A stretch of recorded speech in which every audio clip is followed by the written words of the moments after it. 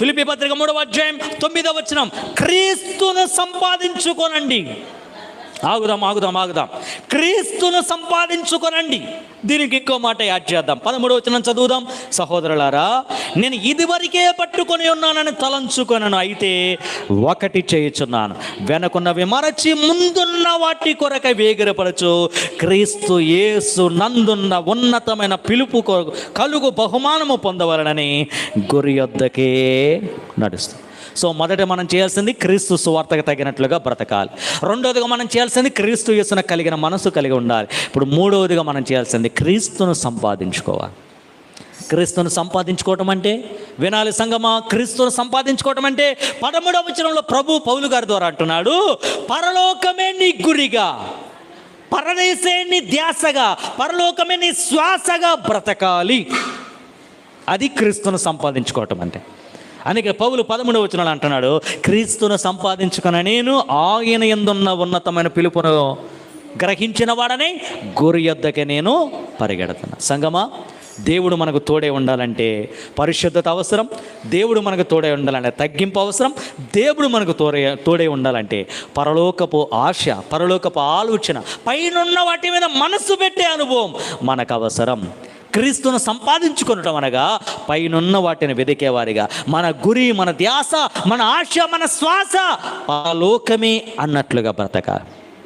అంటే అయ్యగారు చదువుకోవద్దా, ఉద్యోగం చేయొద్దా, ఇల్లు కట్టించుకోవద్దా, కుటుంబ జీవితం చేయొద్దా? ఇవన్నీ చేయొద్దని బైబిల్ చెప్పటల్లా, నేను చెప్పటలా.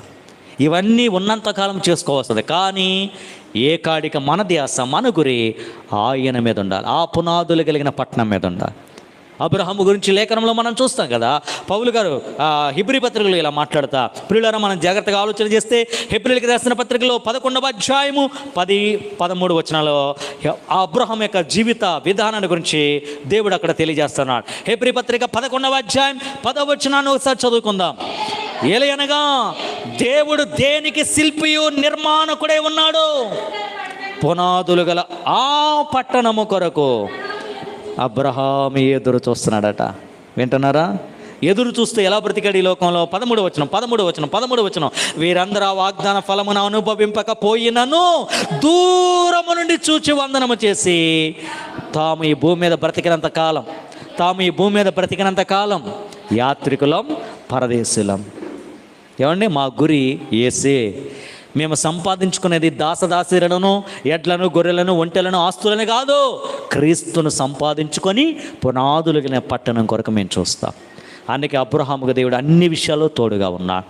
ఈ రోజున మనకు కూడా దేవుడు తోడుగా ఉండాలంటే ప్రియులారా, పవిత్రత ఎంత ముఖ్యమో, తగ్గింపు ఎంత ముఖ్యమో, పరలోకమే ధ్యాస, నేను యాత్రికుడను, పరదేశిని అనే ఒక ఆలోచనతో, దేవుని రాకడ రాజ్యము కొరకైన ఆకాంక్షతో ఈ రోజు నుండి మనము కొనసాగుదాముగాక.